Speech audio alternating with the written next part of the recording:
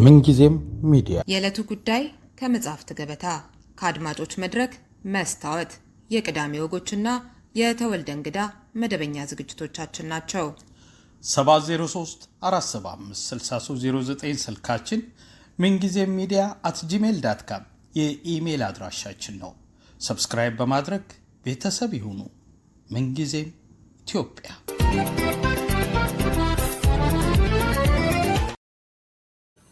ሰላም ጤና ይስጥልኝ። ጥናታዊ ጽሑፉን ከሌላ ሰው ኮርጇል በሚል ተከሶ የነበረው የቀድሞው የኬምብሪጅ ዩኒቨርሲቲ ፕሮፌሰር ጄሰን አርዴ ሞቶ መገኘቱ ይታወቃል። ህልፈቱን ተከትሎ የአካዳሚክ ደረጃ፣ የዘር መድሎ፣ የአካታችነት መርህ፣ የህዝብ አስተያየትና የሚዲያ ኃላፊነት ጉዳይ መነጋገሪያ ከሆኑ ዋና ዋና አጀንዳዎች ውስጥ ተጠቃሽ ናቸው። በጉዳዩ ላይ በጽሑፍ ሀሳባቸውን ከገለጹ መሃል ፕሮፌሰር ግርማ ብርሃኑ አንዱ ነው። አርቲክሉን መነሻ በማድረግ ቆይታ እናደርጋለን። ርዕዮት ዓለሙ ፕሮግራሙን አዘጋጅቼ ያቀርብላችኋለሁ። ላይክ እና ሼር እያደረጋችሁ ተከታተሉን። ፕሮፌሰር ግርማ ግብዣዬን ተቀብለ ስለተገኘ በጣም አመሰግናለሁ። እኔም አመሰግናለሁ። ረጅም ጊዜ ሆኖናል ከተገናኘን። ተጠፋፍተን ነበር። እንግዲህ በቅድሚያ ምናልባት የጄሰን አርዴን ጉዳይ ያልተከታተሉ አድማጮች ሊኖሩ ስለሚችሉ ማን ነው የሚለውን በተለይም ከምንወያዩባቸው ርዕሰ ጉዳዮች አንጻር ጥቂት ብንባባል። የሚገርም ነው መቼም ያለፈው ዓርብ ነው ሞቶ የተገኘው። በጣም አዝኛለሁ። ከመሞቱም በፊት በጣም እኔም ራሴ ስቃይ ውስጥ ነበርኩኝ ለሱ። ጄሰንን ቆይቷል ሳቀው ማለት የጋራ ጓደኞች አሉን፣ የኔ ጓደኛ አይደለም። አንድ ለምንድን ነው በጄሰን ጉዳይ ላይ እንደዚህ የተቆረቆርከውና በስዊድሽኛም በእንግሊዝኛም ወደ መጽሐፍ ያስገደደ የሚሉ ብዙ ሰዎች አሉ። ምክንያቱም ጄሰን 11 ዓመት እስከሚሞላው ድረስ መናገር አይችልም ነበር። ኦቲዝም ችግር ስላለበት ያው ኒውሮሎጂካል ችግር ነው እና 18 ዓመት እስከሚሞላው ድረስ ማንበብና መጻፍ አይችልም ነበረ እና በ37 ዓመቱ የመጀመሪያው ዲስቲንጉሽድ ወይም በቃ ኮከብ ፕሮፌሰር እንግዲህ ኬምብሪጅ ዩኒቨርሲቲ በጣም እንትን ነው በዓለም አሉ ከሚባሉት ከ3 4ቱ አንዱ ነው እና እዛ የመጀመሪያው ወጣት ጥቁር ፕሮፌሰር ሙሉ ፕሮፌሰር ሆነ የሚለው ለኛ በዚህ በስራው ላይ ያለ ነው።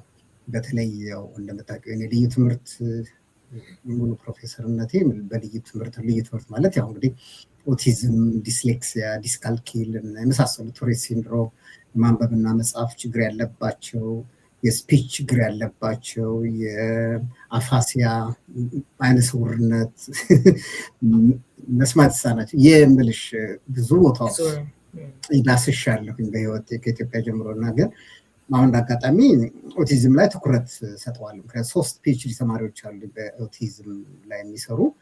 አንዷ ራሷ ኦቲስቲክ ናት ራሷ እና የልጁ ኦቲዝም ነው እንግዲህ መጀመሪያ የሳበን ለአድማጮች ለምንድን ነው ትልቅ ነገር የሆነው? ስንት የሀገር ጉዳይ እያለ ስንት ሌሎች ችግሮች እያሉ አውሮፓ ውስጥ በአሁን ደግሞ የቀኙ ኃይል ልበለው ቀኝ ክንፍ በጣም የተቆጣጠረው ነው። በአውሮፓም አሁን ምርጫ እንደኛ 2 ሳምንት ውስጥ ሁለተኛ ወጥተዋል ናዚስቶች ቢያቸው የቀድሞ ናዚስቶች የነበሩና ለምንድን ነው ይህን ላይ ትኩረት የሰጠው? አንድ ከሙያ አኳያ ነው። አንድ ሙያ ማለት ኦቲዝም፣ ሁለተኛ ሬሲዝም። እኔ እና እሱ የምንሰራው ብዙ ተቀራራቢ ነገሮች አሉ። እሱም ፕሮፌሰር ኦፍ ነው ኤዱኬሽናል ሶሲዮሎጂ ነው ዋናው ሪሰርች ኢንተረስቱ። ግን በዛ ላይ የሬስ ሪሌሽንሽፕ በምንድን ነው እሱ በአውሮፓ ውስጥ ያለውን ህዝቦች መካከል ያሉ ግንኙነቶችን የሚመለከት ሬስ ሪሌሽንስ የሚባሉት የኤትኒክ ማይኖሪቲስን የትምህርት እድገት በተለይ በሃየር ኤዱኬሽን ውስጥ ምንድን ነው የሚያጋጥማቸው ችግር? ለምንድን ነው ቻይናዎች ምናልባት ጠለቅ በፕሮፖርሽናሊ ከንተናቸው ስታያቸው ነጭ ቻይናዎች ብዙ በትላልቅ ዩኒቨርሲቲ ያለ ጥቁሮች ለምንድን ነው ወይም ደግሞ ሌላ ከሌላ አካባቢ የመጡ በህዝብ ነው እንግዲህ ማይኖሪቲ ነው የሚባለው በአጠቃላይ ለምንድን ነው አንደር ሪፕሬዘንትድ የሆኑት ኦቨር ሪፕሬዘንትድ የሆኑት የሚሉ ጥናቶችን ነው እና ሪፕሬዘንቴሽን ላይ ያተኩራል። ሁሉም ተማሪ ማለት ነዋሪ በአንድ ሀገር ውስጥ በአንድ ትልቅ ዩኒቨርሲቲ ውስጥ ሪፕሬዘንትድ ማለት መወከል አለበት በተወሰነ መጠን ነው እና ያንን ብዙ ጊዜ በተለይ ሬስ ኤንድ ኒውሮ ዳይቨርሲቲ ላይ ብዙ ሰርቷል። ሜንታል ሄልዝ ኤንድ ኤዱኬሽን ጤና ጉዳይንና ምንድነው ስሙ ትምህርትን በሚመለከት ማይክሮ አግሬሽን የሚባለው በጣም ኢንትረስቲንግ የሆኑ አንድ ሁለት አርቲክሎችን አንብቤለታለሁ። ማይክሮ አግሬሽን ማለት በስራም ቦታ ሊሆን ይችላል፣ በትምህርትም ቦታ ይሆናል። ስትገለይ ወይም ደግሞ ዲስከርሲቭ የሆነ ጥላቻ ሲደርስብሽ ማለት ተማሪን ማግለያ ብዙ ዘዴዎች አሉ። አንድ የትምህርት ተቋሙ ራሱ የሚሰጠው ሰርቪስ በሚመለከት ሌሎች ተማሪዎች እንዴት እንደሚያውሽ ዩኒቨርሲቲ ውስጥ በጣም ፈተና ነው። ኤትኒክ ማይኖሪቲ አባል መሆን ማለት እንግዲህ በኢትዮጵያ ልበለው እንግዲህ በቁጥር ነው የምለው አናሳ ብሔረሰብ ወይም ደግሞ ህዝብ ከመጣሽ ወደ አንድ ዩኒቨርሲቲ ውስጥ ፈተናዎች አሉ።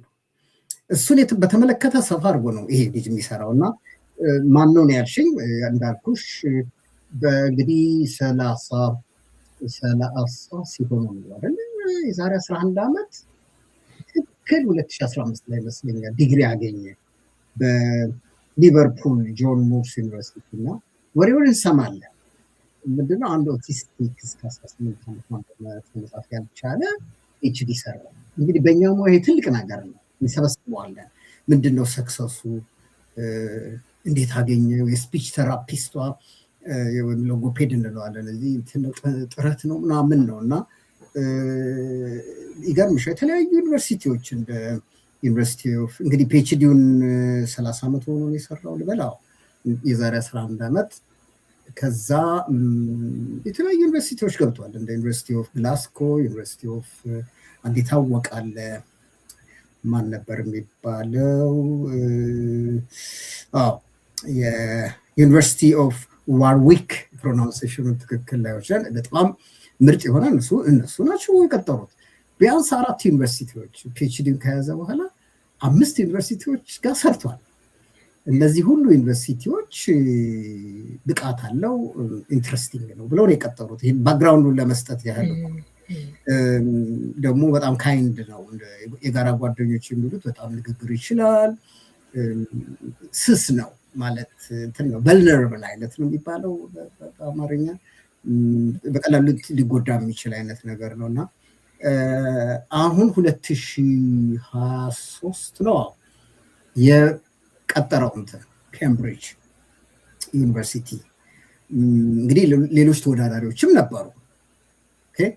እኔ ፕሮሲጀሩን አላቅም፣ ፕሮቶኮሉን አላገኘሁትም በእጅ በምን ኦኗት ቤዝስ እሱ እንደተመረጠ ፕሮባብሊ እንደ አንድ ፋክተር ሊሆን የሚችለው ምናልባት ይሄ ያልኩሽ ሲምቦልነት ሪፕሬዘንታቲቭነቱ ኬምብሪጅ ዩኒቨርሲቲ ዘረኛ አይደለም ኢንክሉሲቭ ነው ለማለት ዳይቨርሲቲን በጣም የሚያተኩር ፕሮግሬሲቭ ነው ለማለት ሊሆን ይችል ይሆናል። ትንሽ ገፋ በዚህ በዲኢአይ በሚባለው ብዙ ሰው አያውቀውም የኛ ህዝብ፣ ግን አሜሪካን ውስጥ የምትኖሩ ታውቁታላችሁ። ዳይቨርሲቲ ኢኩዊቲ እና ኢንክሉዥን ነው። እነዚህ በጣም በጣም በጣም በጣም ለእኔ ትርጉም ያለው ነገር ነው። በግሌ የምወስደው ነው። የሃምበርግ ዩኒቨርሲቲም አስተምርበት ነበር። ሰመር ዳይቨርሲቲ ምንም እኮ ሚስጥር የለውም። ይህም ልጅ እንግዲህ እሱም ራሱ ሲያስተምር ነበር ስለ ዳይቨርሲቲ ኢኩዊቲ እና ኢንክሉዥን በሃይ ስኩል። ምንድን ነው ዳይቨርሲቲ ማለት? እንዴት ነው አንድ ዩኒቨርሲቲ ውስጥ ዳይቨርስ የምናደርገው ነው? ለምንድን ነው ነጭ ብቻ አፐር ክላስ የሚገባው? ለምሳሌ ሌላውስ ምንድን ነው የጎደለው? የሶሾ ኢኮኖሚክ ጉዳዮች ናቸው? ካልቸራል ጉዳዮች ናቸው? ምንድን ነው? የት አለ ጥቁር?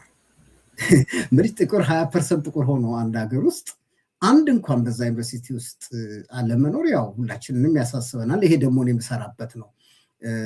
ብሮድ የሆነ ብዙ ሀሳቦች ይዤ መጥቼ ለዩኒቨርሲቲን የማካፍላለሁ። እንዴት ነው ሰፋ የምንለው? ሁልጊዜ በነጥብ ብቻ ለምን ይሆናል? ሌሎች አማራጭ አልተርናቲቭ ሪክሩትመንት መቀበል አለብን፣ መጠቀም አለብን የሚላለ እና ይሄ እንግዲህ ይሄ ልጅ እንዴት ከሌሎቹ እንዳሸነፈ እና የኬምብሪጅ የመጀመሪያው ጥቁር በ37 ዓመቱ ያንገስ ጥቁር ነው። አሁን ምን ሆነ? ይህ ሰው ሲምቦል ሆነ። ይሄ ሰው ምን ሆነ? ሪፕሬዘንታቲቭ ሆነ እና ትልቁ ችግር የሆነው ምንድን ነው? ከዚህ በፊት ማን ነው ስትይ ነው ከዚህ 30 ዓመትም ሆኖት የኮሚኒቲ ኮሌጅ የሚባላል እንግሊዝ ሀገሩ ብዙ ቦታ ላይ ስፖርት በጣም ጎበዝ ነው። የስፖርት አስተማሪ ነበረ። ያሰራበት ቦታ የለም። ካሪኩለም ቪዲዮ ስላለኝ ነው ፊት ለፊቴ አንድ 4-5 መጽሐፍቶችን ጽፏል። አርቲክሎቹም 8 እኔ የማውቃቸው አሉ። እኔ ከሌላው ዩኒቨርሲቲ ከሌላው ፕሮፌሰር ምን የሚያንስበት ነገር የለም። እንግዲህ ትልቁ ችግር ምንድን ነው? አንድ የሆነ ሊቀጥል ወይስ ይበቃል? የባክግራውንዱ አባትና እናቱ ጋና ናቸው። ከጋና ነው የመጡት፣ ግን ሳውዝ ለንደን የደቡብ ለንደን ተወልዶ ያደገ ልጅ ነው። ግን ይሄ ነገር አሁን ቅድም ያልሽው ፕሌጀሪዝም ይሉታል ያስከሰሰው የሚለው ነገር ነው። እንግዲህ ትልቁ ነገር ኖርማል ነው ለእኔ ይሄ ልጅ ካልኩት ይሄ ለኦቲዝሙ ውጭ ትምህርት ማንበብና መጻፍ ኖርማል ሰዎች በሚማሩበት ጊዜ ከቻፕ ያላረገ ሰው ወደ መጨረሻ ላይ እዚህ መድረሱ ነው ለእኛ ትልቅ ነገር ነው። ለእናቶች ለወላጆች ትልቅ ወሬ ነው። በየቤታችን ውስጥ ሁሉ እኮ አለ ኦቲዝም በያለበት ቦታ ኢትዮጵያ ውስጥ በተለይ በጣም ተስፋፍቷል እና ትልቅ ደስታ ነው ብለን ነው ያየነው። ምንም እንከን አላየንበትም። ዩኒቨርሲቲዎቹ በአራቱም አሁን ያልኩሽ ዋርዊክም ጆን ሞርስ ዩኒቨርሲቲም እዛ መጀመሪያ ዲግሪ ያገኘበት፣ ሌሎችም ግላስጎ ሮምታን ምናምን ደርሃም ዩኒቨርሲቲ ራሱ ሰርቷል። ደርሃም ዩኒቨርሲቲ እነሱ እንኳን ምንም ያዩበት ነገር ፈልገው ነው የቀጠሩት። አንዳንዴ ሄድ ሃንት የሚሉት ነገር የለም። በቃ አሁን ምንድነው እዛ እንግዲህ እንዲሁ ልቀጥል ካልሽ ይሄ ውዝግቡ የመጣው ምንድነው? አንድ ዘረኛ ሰው አለ። ወደ እሱ እስኪ እንመጣለን። ግን ከሱ በፊት ለባክግራውንዱ ቆንጆ ነው፣ ቆንጆ ባክግራውንድ ነው። ወደ ክሱ እንመጣለን። ከዛ በፊት ግን ያው አሁን ከክሱን ተከትሎ ያው አንድ ነገር ሲነሳ ከዛ ሌሎች ነገሮች መጎርጎራቸው አይቀሩም አይደል? አንዱ እየተነሳው ያለው ነገር አሁን ስለ ማንነቱ ከሰጠኸው ነገር ጋር የሚገናኝም ስለሆነ በ11 ዓመቱ ድረስ መናገር የማይችል ልጅ 18 ዓመቱ ድረስ ማንበብ ያልነበረ ከዛ በኋላ ፕሮፌሰር ሆነ እንግዲህ የተባለበት ጊዜ 20 ዓመታት ማለት ነው አይደል? አጠቃላይ እንደውም ከ20 ዓመትም ያነሰ በ37 ዓመቱ ከሆነ 19 ዓመት አካባቢ እና እሱ ነገር እንዴት ነው የሆነው የሚለውን ትንሽ ብትል ደስ ይለኛል። ለምን ፈጠነ? አይ ዶንት ኖ ምልሽ መጀመሪያ 19 ዓመት 20 ዓመት ሆነ ጽዳት ነበር የሚሰራው። ከዛ አንድ ኮሌጅ ገብቶ ትምህርት ተማሪ የስፖርት ቲቸር ሆነ እና የኦቲስቲክ አንዱ ትልቁ ነገር ምንድነው እዛ የምንሰራ ሰው ነው ኦቲዝም ነው ምንድነው ስፔክትረም ነው። ኦቲዝም ኖሯቸው ትንሽ ከበድ ያለ ችግር ያለባቸው አሉ። እንደው ወደ የሚሄድ ወደ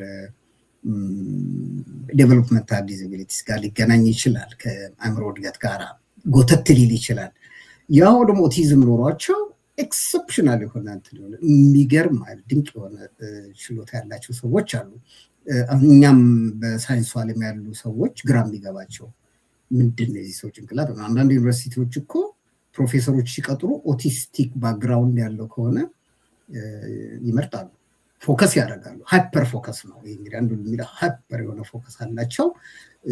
የሚያዩበት መንገድ ይሄ ኒውሮ ዳይቨርጀንስ የምንለው ኒውሮ ዳይቨርሲቲ ለየት ይላል እና እንዲህ እዚህ መድረክ ላይ ለመወያየት ይሄንን በጣም ጊዜ ይፈጅብናል። ይሄ ኒውሮ ዳይቨርሲቲው እና አሁን እኔ ያለችኝ አንድ ኦቲስቲክ ፒኤችዲ ተማሪ የምትገርም ናት። ረጅም ጊዜ አሟት ነበረ እስከ 6 ዓመት ነው። አሁን ግን 8 ወር ውስጥ 3 ነው 4 አርቲክል ፕሮዲውስ አደረገች። እኔ አይገባኝ፣ ረዳቴም አይገባትም። በጣም ሃይ ሌቭል ነው እና 3ቱንም ፐብሊሽ አድርጋለች በአጭር ቀን ውስጥ። እንግዲህ 6-8 ዓመት ታማኝ ነበረች እና አንድ ለየት ያለ እንግዲህ ተሰጥቷል። እንዲህ በኖርማል አይኪው እንዲህ ነው እንትን የምትይው ነገር አይደለም። አንዳንድ ችግሮች ይኖሩባቸዋል፣ ግን የሶሻል ችግሮች ይኖራሉ። የኮሚኒኬሽን ችግር አለ። የአንዳንድ ጊዜ ምንድነው ክዩስ ነው ሶሻል ክዩስ ነገሮች እንትን ላይሉ ይችላሉ፣ ግራ ሊያጋቡሽ ይችላሉ። ምክንያቱም ዓለምን የሚያዩበት መልክ ትንሽ ለየት ይላል ከኛ። በጣም ስትራክቸርድ የሆነ ነገር ነው የሚያዩት። በጣም ክሪኤቲቭ ናቸው። እንግዲህ ኔጋቲቭ ነገሮችም አብሮ ሊሄድ ይችላል፣ ግን መቼም ድንቅ ናቸው በአብዛኛው። እና ይሄ ልጅ እኔ ላንቺ መልስ ለመስጠት ምናልባት በዛ 10 ዓመት ውስጥ ይሄ ፖቴንሻል በጣም እንትን ብሎ ይሆናል። ፒኤችዲውን ፔፐር ለማየት እድል አግኝቻለሁ። ጥሩ ነው። 2 ሱፐርቫይዘሮች ነበሩት። እንግዲህ በሱ ነው የጀመረው 30 ዓመት ሲሆነው። ከዛ በኋላ በቃ እንደው በጣም ፈጠነ ነገሮች እንዳልሽው በ7 ዓመት ውስጥ በጣም ሄደ። ለእኔም ብዙ ግራ የሚያጋባኝ እንዴት ነው የፈጠነው። ግን ይሄ ኦቲዝሙ ያገዘው ይመስለኛል። ይሄ የግል ታሪኩ ምን ሆነ እንደው ሲምቦል ነገር ሆነ። ተመልከቱ፣ ከሰራተኛው አካባቢ ከሳውዝ ለንደን አካባቢ ከሶሻሊ ዲስአድቫንቴጅ ኤሪያ የመጣ ከአፍሪካ ጥቁር ኦቲዝምን አሸንፎ ፒኤችዲውን አገኘ። ከዛ በኋላ መጽሐፍ ጀመረ። በስፖርት ጎበዝ ነው።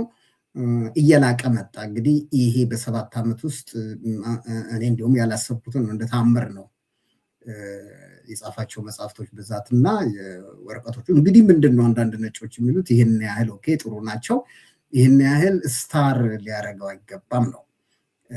ያው የቅናትን ነገር ታውቂዋለሽ። ነጮቹ ለምንድን ነው ኮከብ ፕሮፌሰር ተባለ? እንግዲህ ምንድነው አንዱ ነገር ያው ካንቺው ጥያቄ ጋር የተገናኘ ይሄ ሰው እንትን ሆነ፣ ሲምቦል ሆነ። ኬምብሪጅ በጣም ያስተዋውቀዋል።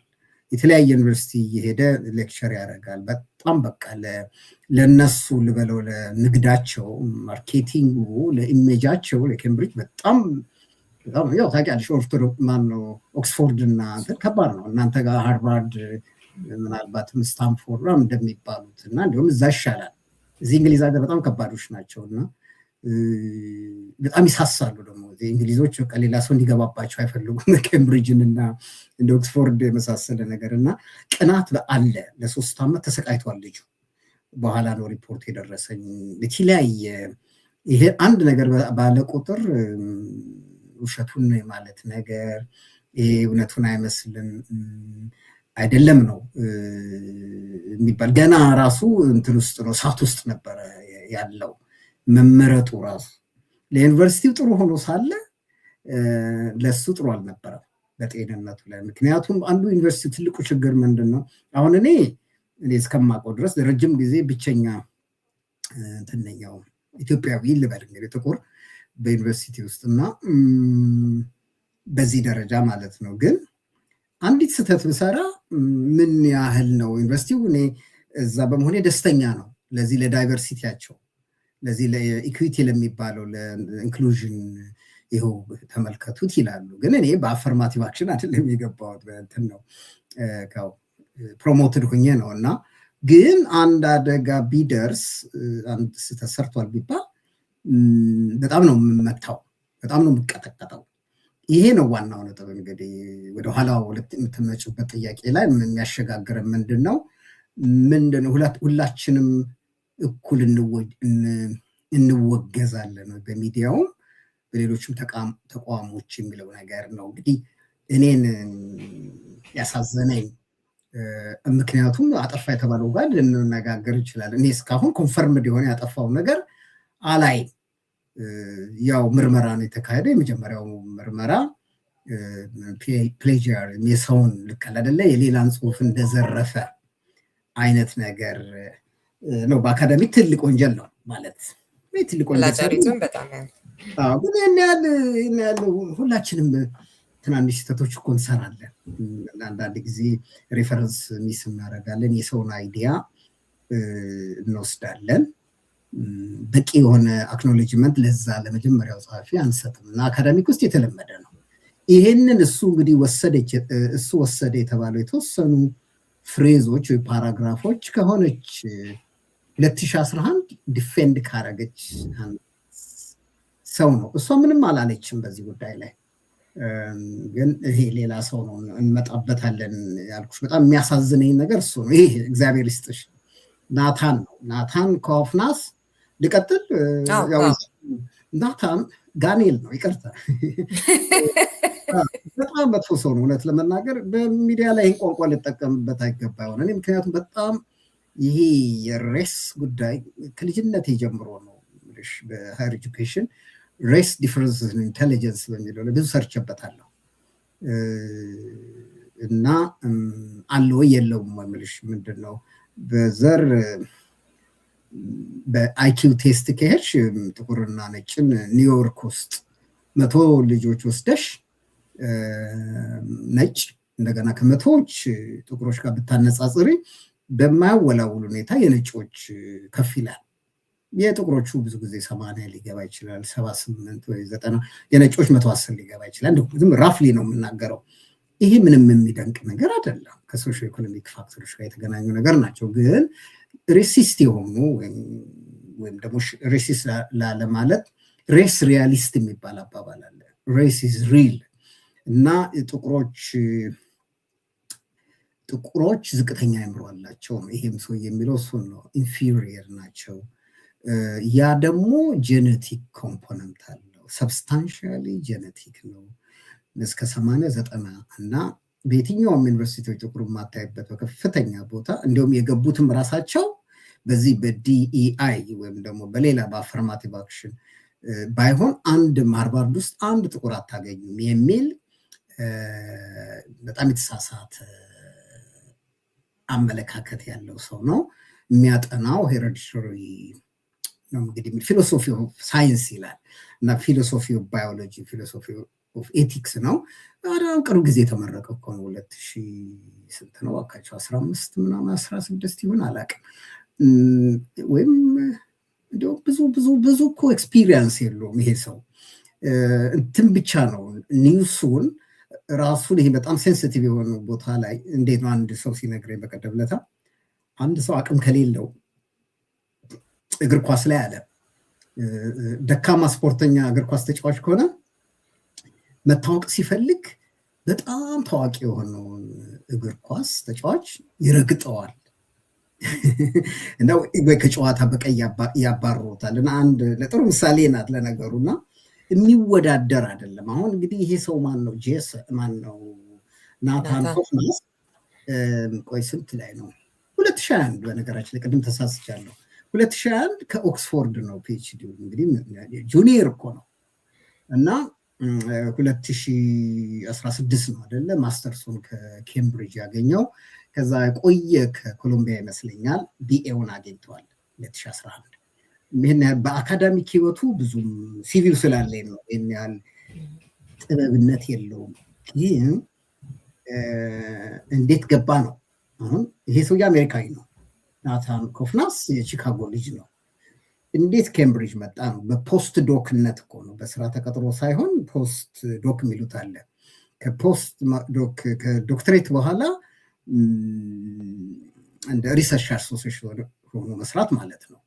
እና የሚሰራው እነዚህን ርዕሶች መነካካት ነው ማለት ሴንሲቲቭ የሆኑ ነጩ ነው ሱፐር ኢንቴሊጀንት ነው፣ ጥቁር ችግር አለበት አይነት ነገር ነው። እና ተነግሮት ሁሉ ማስጠንቀቂያ ተሰጥቶት ነበረ። ግን እሱ የራሱ ይሄ ምንድን ነው አንድ ስም አለ ሁልጊዜ ስሙ የሚጠፋኝ የእንትን ነው ኒውስ ሚዲያ ነው አዲስ የመጣ ምንድን ሴት ባክ ነው ምንድን ነው የሚባለው እዚህ ጋር ጽፌው ነበር ቅድም። እሱ ላይ ምን ያደርጋል? ኦኬ ግድ የለም። እና እነዚህ እንግዲህ ፖፑላር የሆኑ ሰብስታክ እግዚአብሔር ይስጥሽ ጠፋብኝ፣ ሁልጊዜ ከስታርባክ ጋር አገናኘዋለሁ።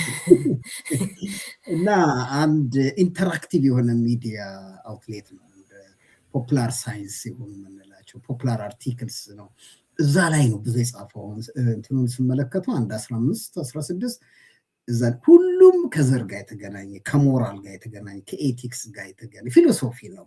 ይሄን ሪገረስ የሆነ ስታቲስቲካል አናሊሲስን የሚችልም አይመስለኝ አድርጎ አይደለም። ግን አንዱ የመጣበት ምክንያት ኬምብሪጅ ሰዎች በጣም ማወቅ ያለባቸው ምንድነው የሪቻርድ ሊን ፋውንዴሽን ይባላል። የሪቻርድ ሊን ማለት በዓለም እኔ እንደው አንደኛ ማደርገው ነው። አሁን የዛሬ 2 ዓመት ነው የሞተው። ያው በሙሉ እንትን ነው በዚህ በአይኪው ላይ ነው የሚሰራው እና ኢትዮጵያ ኢንተለጀንስ 63 ሲባል ታስታውሻለሽ? በዛሬ 2007 ምናምን ላይ አንቺም አንብበሽዋል። ብላክ ኢንተሌክቹዋል ጄኖሳይድ እየጻፉትን እዛ ላይ የሰውዬ 100 የሚያክል ወረቀቶች ነው የጻፈው። ሪቻርድ ሊ ሞቷል። የእሱ ፋውንዴሽን ፈንድ ያደርገዋል። እንግዲህ ተመልከች፣ በዓለም ላይ ሪቻርድ ሊ መጽሐፎች እንኳን ብዙ ዩኒቨርሲቲዎች አይገቡም። ግን ፓዮኒር ፈንድ የሚባል የቲንክ ታንክ አለ የዘረኞች።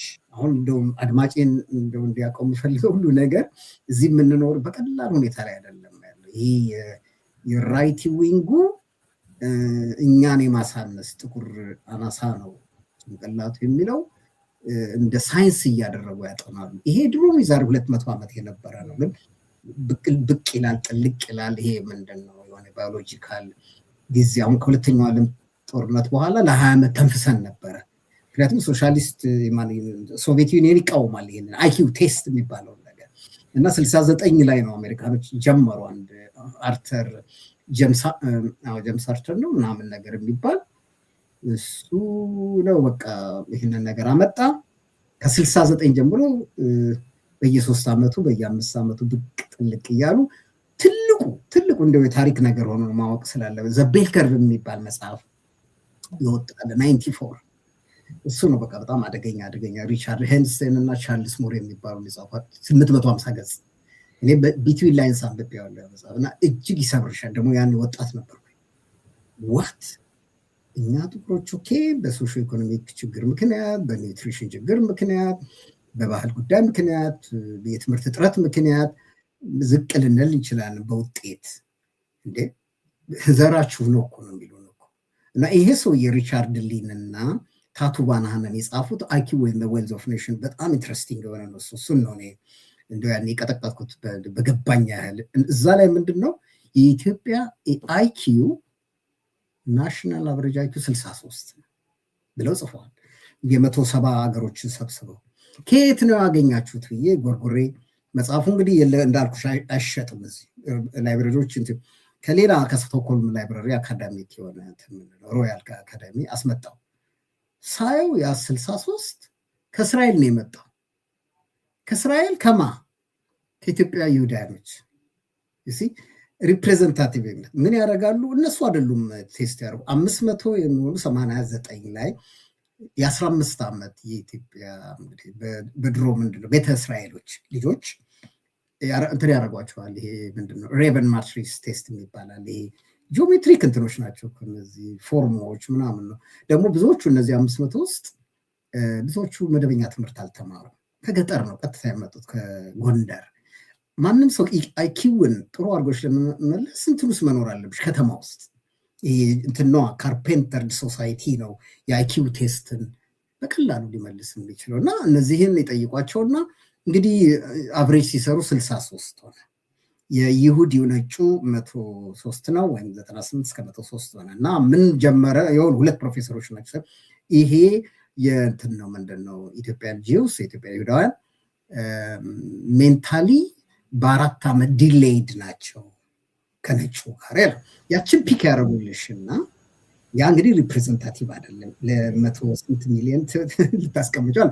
እና እኔ አናሊቲካሊ ሜቶዶሎጂካሊ ቲዮሬቲካሊ ስተት እንዳለበት ከአንድ ሀገር እንደዛ ምተው ጀርባቸው እንዴት 63 ለኢትዮጵያ ይሰጣታል? አሁን ልነግርሽ የፈለኩት ያንን የጻፈው ሰው የሪቻርድ ሊን ፋውንዴሽን መታሰቢያ እሱ 2 ዓመት ሆኖ ከሞተ እሱ ነው ይሄንን ልጅ ፈንድ ያደረገው እንትናን ለመጣል ይሄንን አርዴ ለመጣል የተጠቀሙበትና ወደኋላ ስትሄጂ ለእኔ በውስጡ ላለሁበት ሰው ድንገት የሚጠቀሙበትን ፈተና ስለማውቀው እኮ ነው። አይኪው ቴስቶች ሜንታል ቴስቲንግ ምናምን የሚባል ነገር እስራኤል ሰርጫ አጥንቻለሁ እና እነዛ ከሆነ እንደዛ እኮ ዝቅተኛ የተባሉት እነዛ 500 የኢትዮጵያ ልጆች አሁን የደረሱበትን ደረጃ ብታይ የሚገርም ነው። እኔ ስለምከታተል ነው። ብዙዎች ኮሎኔል ደርሰዋል። በጣም ከፍተኛ ትምህርት አላቸው። ግን በወቅቱ ሲመጡ አዲስ ምንድን ነው ኢሚግራንት ስለነበሩ አዲስ መጤ ነው የሚባለው ወይም ደግሞ ከኢትዮጵያ አዲስ እንግዶች ስለሆኑ ለእስራኤል የትምህርቱም ነገር ችግር አለ ነው። ምንም ያህል ይሄንን ነገር ቢግ ዲል አይደለም። የሌሎችን ጥናት ወስደው እነዚህ ኢትዮጵያ ከዛ ጭቅጭቅ መጣ ከኔ ጋራ። ኢትዮጵያኖች ብዙ ጥቂቶች የሚያውቀዋሉ። ሲመጣ ይሄ ታቱ ባናንም እሱም ሞተዋል። ብዙም አላዝንለትም። በቃ አጨቅጭቀኝ አለኝ። 71 እኔ እናንተ ኢትዮጵያ አለኝ። ከፍ አረገልኝ። ቤት በኩል 71 ነው ያመጣኸው ስለው ከጅማ አንድ ጥናት ተገኝቷል። እኔ ጅማ ውስጥ ኦርፋኔጅ መኖሩን አላውቅም። እውነቴን ነው የምልሽ። ጅማ ውስጥ የህፃናት ማሳደጊያ የት ነው የመጡት ስለው ከእንትን ከወሎ ተፈናቅለው የሚኖሩ አሉ። እነሱን ቴስት አድርገን ይታይሽ ከረሃብ አካባቢ የመጡትን ቴስት አድርገን ደህና ናቸው 71 ናቸው። ዘላቸዋል ከ70 አልፋቸዋል ማለት ይሄ እንግዲህ ሪዲኩለስ የሆነ ሳይንስ ነው አይደለ? አንቲ ሁማን ነው። እና ይሄም ሰው በእንደዚህ አይነት ጥናቶች ለማለት እነዚህ ሰዎች ተያይዘዋል። ይህንን ጥምድ አድርገው ያዙት እና ወንድማችንን ጄሰንን ይሄ ነው ከጀርባ ሆኖ ግፋ አለው እና ዩኒቨርሲቲው አይደለም ፕሌጂያሪዝሙን ያመጣው መክሰሱ ምንም ኦፊሻሊ ይሄ ሰው የተከሰሰው ነገር የለም። ጄሰን ይሄ ሰውዬ ነው ወጥቶ ይሄው በዚህ ሁለተኛ ገጽ ላይ እንዲህ ነው። ይሄ ሰውዬ በመሰረቱ እዚህ መኖር አልነበረበትም፣ ውሸታም ነው። እንዲሁም ዛሬ ያነበብኩት የሚገርምሽ ሶሻሊስት ወርከር የሚል ላይ ሪታርድድ ነው፣ የአእምሮ ብቃት የለውም እያለ ነው። ቀጥቅጦታል። ዩሲ ለሞት ምንሽ ተጠያቂነት ካልሽው የኔ ጀመረው ሰው ዝም አለ፣ ፋክልቲው ዝም አለ። ትልቁ ችግር ምንድነው? ካምብሪጅ አረደው ለሲምቦልነት ተጠቀመበት እንጂ ከጀርባው ሆኖ ይሄ ምን ላርግ ምንድነው ሊደረግልን የሚገባው የሚለውን ነገር ይሄ ነው እንግዲህ ዲኢአይ ምናምን ስትይ ዳይቨርሲቲ ምናምን እንሰራለን ስትይ በዛ አይነት የገቡትን ተማሪዎች እንትን ሽፋን ካልሰጠሻቸው ይሄን ነገር መክሰስ ዩኒቨርሲቲ መክሰስ እኮ ይችል ነበር። ይሄን ልጅ ግን አባረረው ማርች ላይ። ይህንንም ስለሚሰድብ በጥቁር ላይ በተለይ ግን የተባረረበት ምክንያት በዛ በዩኒቨርሲቲ ሌክቸር ላይ በእነዚህ እንዳልኩሽ የቅድሙ መጽሔት የዜና ፕላትፎርም ላይ እየደጋገመ ይቀጠቅጣል። ያው ድሮን እንትና የሚሉትን ማለት ነው ሪቻርድ በሌላ ጉዳይ ነው ግን የተባረረው አይደል? ከዚሁ ከዘረኝነት ጋር የተያያዘ ቢሆንም አዎ ይሄንን ጻፋ ጥቁሮች ዝቅተኛ ናቸው ብሎ ሌክቸር የሚያደርጋል ነው እና ይሄ ከኬምብሪጅ ከአቅሙ በላይ ስለሆነ ተብሎ ወጣ ተባረረ። ጌንት ዩኒቨርሲቲ ገባ ቤልጂየም። አሁን ወደ ማርች ላይ ነው ከትላንት ወዲያ ተባረረ። ከዛም ሰስፔንድ ተደረገ። ሰስፔንድድ ያው ተባረረ። ግን የሚገርምሽ ደግሞ እንደው ጥሩ ስለሆነ ነው በጣም ስትሮንግሊ ኮንደምን ያደረገው ይሄንን ከስራው መባረሩ ማንዶ ታውቂያለሽ? የአሜሪካ ኤምባሲ በቤልጂየም ዛሬ አውጥቷል። እንዴት ታባረራላችሁ የኛን ሰው ብሎ እንግዲህ ተመልካች አንድ የአሜሪካ አምባሳደር ምን አገባው በአንድ ዩኒቨርሲቲ ውስጥ አሰራር ውስጥ ቤልጂየም ነው ብለሽ በቤልጂየም የአሜሪካ ኤምባሲ አምባሳደር ዛሬ አውጥቷል እንትን ስቴትመንት ይህን ሰው ጌንት ዩኒቨርሲቲ ለምንድን ነው የሚያባረው መልሱት አይነት ነገር እና ይሄ እንግዲህ ትራምፒዝሙንም እንዲሁ ላሳይሽ ብዬ ነው። የአሜሪካ ፖለቲካ ዘረኛ ነው እውነት ለመናገር በተገኘው አጋጣሚ ይሄ ሄሪዲተሪ የሚባለውን ነገር የሚያራምድ ነው። ማይኖሪቲን ያው እንደምታውቁ ዲኢኤ ራሱ ብዙ ጊዜ ሲሰድበው ነበር ትራምፕ። ዲኢአይን መጥፋት ያለበት ምን አይገባውም። ዲኢአይ ምንድነው ነው ምንድነው? እንዴት ነው ሰው የሚረዳው? ምንድነው ዳይቨርሲቲ? ለምንድን ነው መጥፎነቱ? አንድን ሰው ያለ አቅሙ ሜሪቶክራቲክ ባልሆነ መንገድ ሪዮት ከኢትዮጵያ ስለመጣች ተብሎ የተወሰነ ሚዲያ ላይ መቅጠር አይደለም። ዳይቨርሲቲ ማለት ይህንን ነገር በተወሰነ መልኩ የሚያፋጥን ዳይቨርስ የሆነ የስራ ቦታ ወርኪንግ ፕሌስስ እና የትምህርት ቦታዎች ሌሎችም ተቋሞች ውስጥ የሰው ምንድነው ስብጥር ሰፋ ይበል ነው። ይሄ ምንድን ነው መጥፎነቱ? ኢኩዊቲ ማለት እንግዲህ ዲኢአይ ምንም ኢኩዊቲብል የሆነ ሰዎች በትምህርት ቤት ውስጥ ወይም በስራ ውስጥ ሳሉ የሚያስፈልጋቸውን እርዳታ ስራቸውን ለመስራት ስራቸውን ለመከናወን እርዳታ ይኖራቸው ነው። የላቀ ስራ እንዲሰሩ የላቀ ተማሪ እንዲሆኑ ድጋፍ ነው። የኮምፒውተር ድጋፍ ሊሆን ይችላል። አንድ የሆነ መስሪያ ቤት ውስጥ ለምሳሌ እኛ ጋር የአይን ችግር ያለ ቪዥዋሊ ዲዜብልድ ልበለው ቪዥዋሊ ሃንዲኬፕ ወይም አይነ ስውራን አሉ። ሌክቸር ሲያደርጉ አጠገብ ሌክቸር ኖት የሚይዝላቸው ሰው አለ። ኮምፒውተር የሚጠቀሙ ደግሞ ለምሳሌ እንደ የዲስሌክሲያ ችግር ላለባቸው ማግኒፋይ የሚያደርግ ኮምፒውተር እርዳታ አለ። ለተለያየ አይነት ጉዳት ላለበት አሁን ጥቁር ነጭ ብለን ከመስመር እንዳንወጣ የሰው ልጅ ብዙ ይለያያል። በአካሉ፣ በጤናው፣ በሜንታል፣ በኒውሮ ዳይቨርሲቲነት ኒውሮሎጂካል ልዩነቶቻችን አንድ ትምህርት ቤት ውስጥ አንድ መስሪያ ቤት ውስጥ አብረን ስንሰራ የሁላችንም እኩል አይደለም ኒዳችን። ያንን ኒድ የማሟላት ነው። ሌላ ምንም ነገር ኢንክሉዥን ማለት ኢንክሉድ ማድረግ ነው። በአንድ መስሪያ ቤት ውስጥ በአንድ ትምህርት ቤት ውስጥ ሁሉም እኩል ምንድነው ቡሊ ሳይደረግ አንዱ አንዱን ሳያበሽቅ ሁሉም ፊል እኔም አሜሪካዊ ነኝ እንደሚባለው እኔም የዚህ መስሪያ ቤት አባል ነኝ፣ በዚህ መስሪያ ቤት አባል መሆኔ ኮራለሁ እና ኤክስክሉድ ሳይደረግ በማንኛውም የመስሪያ ቤቱም የትምህርት ቤት አክቲቪቲ ውስጥ እኩል መሳተፍ እንዲችል ያ መስሪያ ቤትን በለው የትምህርት ቤቱ የሚያሟላው ነገር ነው። ሌላ እኔ ዲኢአይ ማለት እኔ ሰው ካላቅሙ ከሜሪቱ ውጪ ይመልመል የሚል አይደለም። እንግዲህ አንዳንድ ቦታ እንደዛ ይተረጎም ይችላል። ከአፈርማቲቭ አክሽን ጋራ እንዲህ ማገናኘት የለብንም። ሰፊ ነው ዲኢአይ፣ በጣም ሰፊ ነው። ያለ ዲኢአይ እንዴት መኖር እንደምንችል እግዚአብሔር ያውቃል። በተለይ እዚህ ውጭ ሀገር የምንኖር ሰዎች ተጨማሪ ድጋፍ አሁን ለምሳሌ አንድ ፕሮፌሰር አለ ጀርመናዊ፣ የአይን ችግር እንትን አለበት፣ ትንሽ ይጽፋል ግን በጣም ችግር አለበት። በቃ እንትን ይዞ ነው ያለ ስውራን በትር ይዞ ነው የሚንቀሳቀሰው። 35 ዓመቱ ነው። የሚደንቅ ነው። የቲዎሬቲካል ፊዚሲስት ነው። ተግባብቻዋለሁ። ግን መስሪያ ቤቱ ቻልመርስ ኢንስቲትዩት እንትኑን አላመቻችለት። ህንፃውን የቆየ ቴክኖሎጂ ኢንስቲትዩት ነው እና መከራውን ነው ያው በቃ ልክ እንደ ሀገር ቤት እባክህ ወንድም ቤት በኩል ነው የሚካሄደው እያለ ነው። ወይራዝ እኛ ኢንስቲትዩት ግን በጣም ፕሮግሬሲቭ ስለሆነ ምንም ችግር የለበት።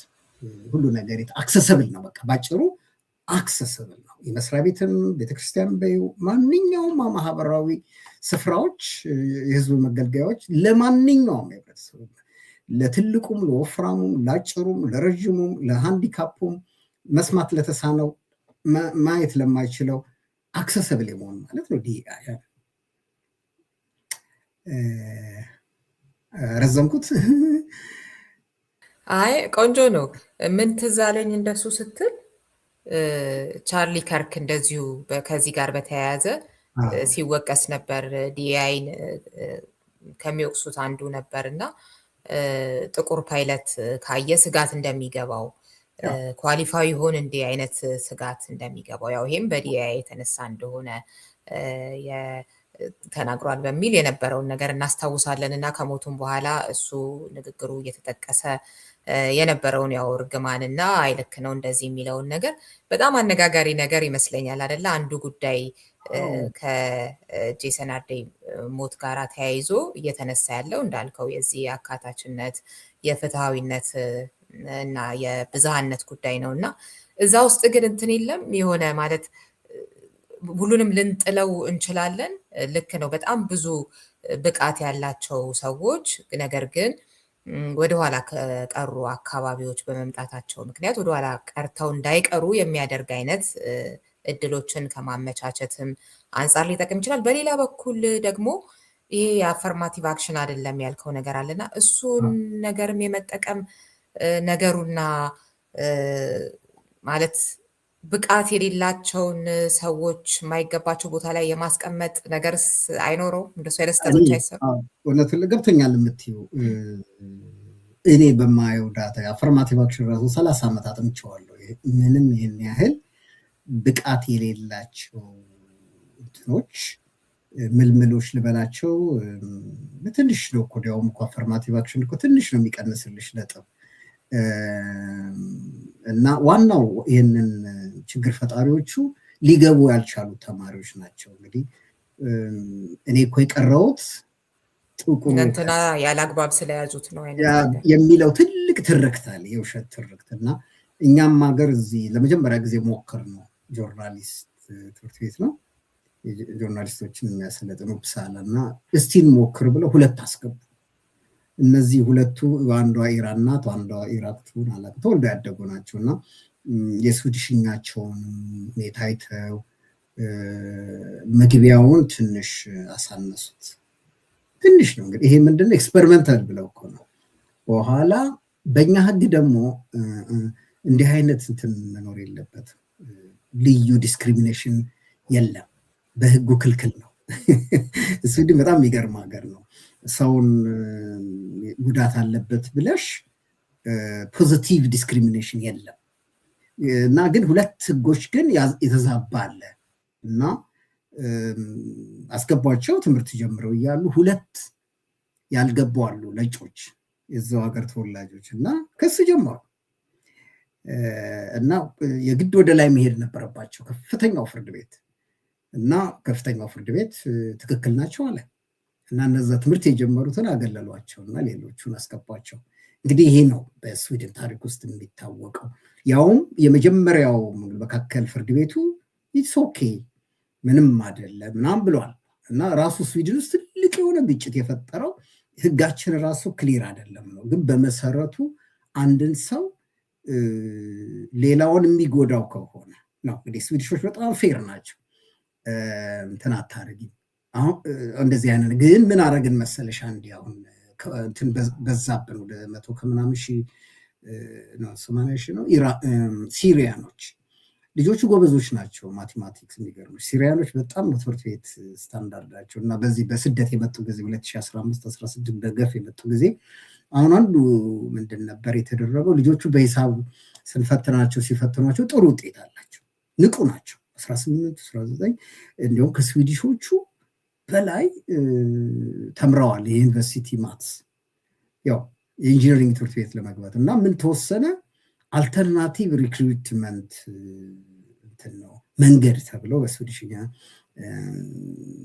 ለየት ያለ አማራጫዊ እንዴት ነው የሚባለው የመግቢያ ክራይቴሪያ ተብሎ ያ ክራይቴሪያው ምንድነው ለ6 ወር ያህል እዛው ገብተው እንደ ልክ ፕሮቪዥናል አይነት በጊዜያዊነት የዩኒቨርሲቲው አካል ይሆኑና ቋንቋቸውን ይማሩ ከዛው ከማትሱ ከኢንጂነሪንግ ስራው ጋራ ደርበው ይማሩት። ምክንያቱም በመጀመሪያው ስዊዲሽኛ መማር ይቸገራሉ ትምህርት መቀበል ምንም ትምህርት ስዊዲሽኛ ስለማይችሉ ትምህርቱንም እየተማሩ ስዊዲሽኛም በዛው እንዲያሻሽሉ ዩኒቨርሲቲው ይህንን ሪሶርስ አመቻቸ። የሚገርም ነው፣ ሰክሰስፉል ነው። ግን ያ ፕሮጀክት ነው። ማንም ተቃዋሚ አልነበረም በወቅቱ። ልጆቹ ጨርሰዋል ነው እንግዲህ በጣም በጣም የሚገርም በጣም ሞቲቬትድ የሆኑ ናቸው። አየሽ እንዲህ አይነት ነገር ነው። ትንሽ ነገር እኮ ነው የምታደርጊው፣ ግን አት ዘ ኤክስፔንስ ኦፍ ሌሎች አይደለም የሆነው። ማንም ኮምፕሌን አላደረገም። ቦታ አመቻቹላቸው ለ35 ነው እና እንዲህ አይነት ነገሮች ትንሽ ነገር ነጅ ነው ትንሽ ነገር አድርገሽ ሰዎችን ማገዝ እኔ ምን ጥፋት እንዳለው ሌላውን ኮስት በማያደርግ ሁኔታ ነው የኔ ሁልጊዜ የምታገለው። እዚህ ሃየር ኤጁኬሽን ውስጥ ብዙ በቋንቋ ነው የምንወድቀው እኮ የቋንቋ ችግሮች ነው። ሌላው ይሄ እንትን የሚሉት አለ ምንድነው ስቴሪዮታይፕ ፊር ነው። ስቴሪዮታይፕ የሚወድቁት ምንድነው ከነጩ ጋር አብረው ተቀምጠው ሲሰሩ የመደናገጥ ነገር አለ ትንሽን የሚጨርስ ያው ባህል ቋንቋ ምናምን አዲስ የሆንክበት ነገር ላይ የፈለገ ብታውቅ በዛኛው ቋንቋው ምናምኑ ብቻ እንኳን ያኛውን እንዲቀድም ያደርገዋል አንተን ወደኋላ እና አሁን ችግሩ ምንድነው? አንድ ነጥብ አንቺ ጥሩ ያነሳሽዋል። አሁን እኔ የምፈራው ምንድነው ለአሁን ጥቁር ፓይለት ሳይ እኔ እፈራለሁ ነው ያለው። ነርቨስ ሆናለሁ አይነት ነገር አሁን ይሄን መሰለሽ የጥቁር ልጆቻችንን ወደፊት የሚመጣውን ጀነሬሽን ጥቁር ፓይለት እንዳይሆን አሁን ኢትዮጵያውያኖች ድንቅ ፓይለቶች ናቸው በዓለም ላይ ይሄ የተመሰከረ ነው። እንትና ራሳቸው ኔልሰን ማንዴላ ለመጀመሪያ ጊዜ ያዩት ጥቁር ፓይለት ኢትዮጵያዊ ነው እና እንግዲህ በታሪክ በዓለም እኮ ነው የኢትዮጵያ ፓይለቶች ድንቅ ናቸው ነው የሚባለው እና ይህ ጥሩ የሚያበረታታ ነው። ጥቁሩ በየትኛው መስክ ውስጥ ተሳትፎ ከነጩ ባላነሰ ሁኔታ እኩል ሊሳተፍ ይችላል ነው ማለት። ኢኩዊቲ ማለት ይሄ ነው። ግን አሁን ምንድነው በኢንተሌክቹዋል ስራ ላይ ጥቁሩ እንዳይሳተፍ ይሄ እንትን እኮ ነው። ይሄ ምንድነው ሰልፍ ፉልፊሊንግ ፕሮፌሲ የሚሉት ነገር አለ። አይ እኔ አልችልም። ልክ የሰውዬ እንዳለው ናታን ኮፍናስ ጥቁር እኮ ብቃቱ ለኢንተርቴይንመንት እና ለስፖርት ነው። አይሽ ከዚህ ውጪ ምንም ጥቁር መስራት አይችልም ነው እሱ። ኢንተርቴይንመንት እንዴት አይነት የማሰብ አቅም እንደሚጠይቅ አለማወቅም ይመስለኛል። እሱ ራሱ ኢንተርቴይንመንቱ ትልቅ ስራ እኮ እንደሚጠይቅ ኢንተሌክቹዋል ስራ እና ዋናው ምንድነው ዘረኝነት በጣም ቆሻሻ ነገር ነው። በጣም አስቸጋሪ። እንደው በዚህ አጋጣሚ አንደናገጥ ነው ብዙ ሰዎችን መክረው። ይሄ ላተንትና ማኒፌስት የሚባል ነገር አለ። አሁን ሁልጊዜ በዚህ በነጭ ዓለም ውስጥ ላተንት የሆነ ሬሲዝም አለ። ዝም የተኛ የተጋደመ ጸጥ ብሎ ሁኔታዎች ሲኖሩ ነው የምታየው። እንደዚህ የሆነ ነገር ጥቁር እናረገ አንድ ጥቁር እንዲያረገ ሲባል በኮሜንቶችን መመልከት ነው።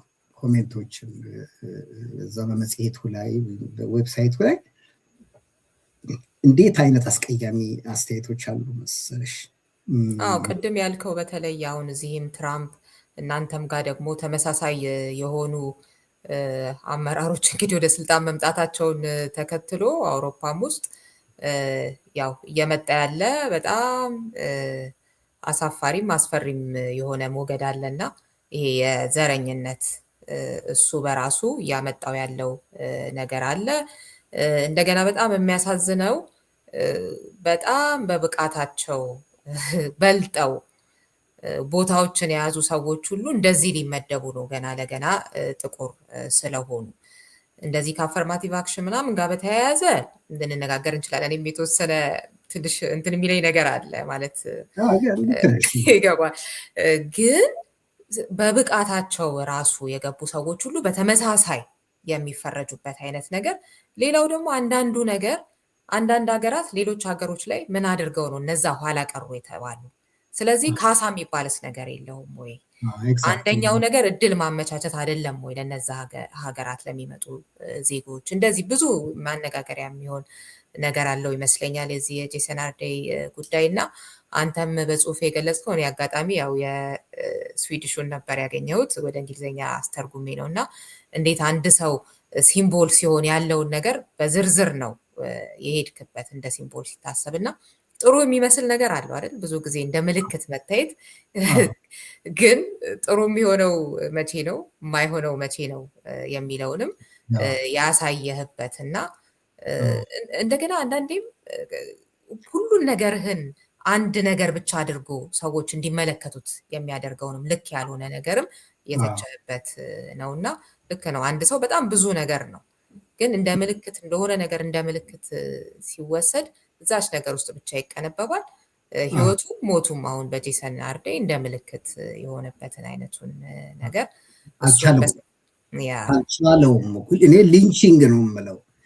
የለቀቀበትን ምክንያት ከሞቱ ጥቂት ቀናት ቀድሞ ያው ነው የጠቀሰውም እሱን ነው አይደል? ያመጣው ያለው ነገር ግፊቱ ከሚዲያው ከማህበረሰቡ እና ያሳዝናል። ባልተረጋገጠ ጉዳይ ማለት ነው።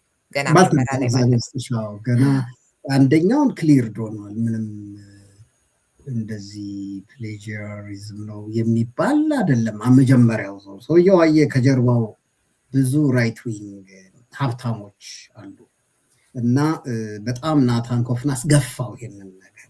የእንትና ችግሩ ትልቁ ምንድነው? የዩኒቨርሲቲው የኬምብሪጅ ዩኒቨርሲቲ ቀደም ብሎ ብዙ ሊከላከልበት የሚችል ነገር ነበር።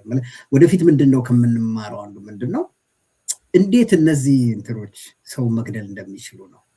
የዜና አውታሮች በስማም ይሄ ቴሌግራፍ የሚባል እነ ስፔክታተር አዳዲስ ነው፣ ሚለር፣ ዴይሊ ሚረር፣ ዴይሊ ሜል፣ እነ ጋርዲያን ሳይቀር እንደው ያልጠበቁት እነ ኒውዮርክ ታይምስ ወረዱበት። ምልሽ በ22 ቀን የቆጠርነው 248 አርቲክል ይህን አለ ጄሰን እንዲህ አለ ጄሰን ማራቶን በ3 ቀን ውስጥ ምንድነው 50 ኪሎ 100 ኪሎ ሜትር ሄድኩ አለ። በቃ የሆነ ሰው ምንድነው ያሳማ አንገት ቤቴ ውስጥ ተልኮብኛል አለ። አሁን ትልቁ ችግር ምንድነው? ልክ ድራማታይዝ አደረጉት ይሄንና የት ነው ያለው ስትይ ምንም ነገር የለም። አንዱ እየተቀባበለ በእውነት ነው የምልሽ እኮ በህይወቴ እንደዚህ ያቻላቅ አንዴ በፕሪንሰስ ሜጋን የሃሪስ ፕሪንስ ሃሪስ ሚስት ያው የሮያል ይዘው አውሮፓ ስለሆነ እንከታተለዋለን። እንግዲህ እሷ ጥቁር ናት፣ ግማሽ ጥቁር ናት፣ በእናቷ ጥቁር ናት፣ አፍሪካን አሜሪካን ናት። እና ይገርምሻል እንደው ከችም ይገርመኛ እኔ ምንድን ነው ህዝብ ነው ያልኩት። ሴትዮዋ በቃ ጥቁር ስለሆነች ብቻ እንዴት ፓላስ ትገባለች ነው የሚቀጥለው የወደፊቱ ንጉሳችን ሚስት ነው የምትሆነው። ያ ማለት ንግስት ናት የምትሆነው። እና ጥቁር ያንን አካባቢ አይደርስም ከሚል ነው መቼም ጎበዝ ናት ልጅቷ። አንጠልጥላ ሎሏን ወደ ካሊፎርኒያ ሙቭ አደረገች። ግን እንደው ሰዎች ቢገቡ እና ቢያዩ መኖር አይደለም የኖረችው። ምንም ነገር ታርቃ አካሄዷን፣ አበላሏን፣ የባሏን እንዴት እንደምትይዝ፣ ልጇን እንዴት እንደምታጠባ ምንም በቃ ይሄ ምንድነው ህይወት አይደለም። እና ሬሲዝም ኢዝ ሪል ነው አሁን ለማለት የፈለኩት። እግዚአብሔር ይጠብቀን ነው። ራሱ ነጩ ብዙ ይቅርታ አድርጌ አማርኛውን ልቶ ግን ማሊሽየስ ኤንቪ የምለው ነገር አለ። የሆነ በጣም ማሊስ ነው። ግን ያው መቼም በጎራዴ መጥተው ቤትሽ አንኳኩተው አያርዱሽም እንደ ኢትዮጵያ በቅናት ተገፋፍተው። ግን የነሱ የራሳቸው መንገድ አለ። ሳይኪያትሪክ የሆነ የሜንታል ብሬክዳውን አእምሮሽን ነው የሚገሉት። ከዛ እስከ ሞትሽ በኋላ በረድ ብሎላቸዋል። እንግዲህ እኔ እንዳልኩሽ በዚህ በ2 ቀን ውስጥ ወደ 249 ነው እንግዲህ በጣም ጁላይም በሙሉ ሲቀጠቅጡት ነበረ እና እንዴት ይተርፋል እያልን ነው። እና ፔቲሽን ሁሉ ፈርመናል እኛ በተቻለ መጠን። መንግስትም እጁን አላስገባበትም። ሚዲያዎች ነፃ ናቸው። የፈለገው ሚዲያ ርዕዮትን ከጠላ አሜሪካን ውስጥ እየተቀባበሉ ነው። በአሁኑ ሰዓት እንደምታየው ራይት ዊንጉ ነው ሚዲያውን እየተቆጣጠረ ያለው እና በቃ አገሩን ጥለሽ እንድትሄጂ ነው የሚያደርጉት። ምክንያቱም ያንኳኳሉ በየኤቭሪ ሃፍ አን አወር። አንቺ ካረግሽው ነገር ምንም ነገር የለም፣ ግን እንዴት አድርገው እንደሚያከብዷት ብሬኪንግ ኒውስ ይላሉ እና በጣም ተጫወቱበት።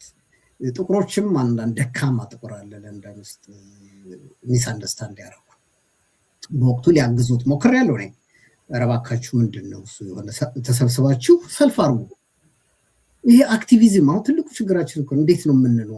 አሁን ራይት ዊንጉ እያሸነፈ ነው። ይኸው ፓይለት ጥቁር ፓይለት መሆን አይችልም ነው ወይም ልዕልት መሆን አይችልም ነው። እና ይህን ሁሉ አመት ደክመን ከነጩ ባላነሰ ከነጭ እንበልጣለን አለን። እኩል ነን ነው።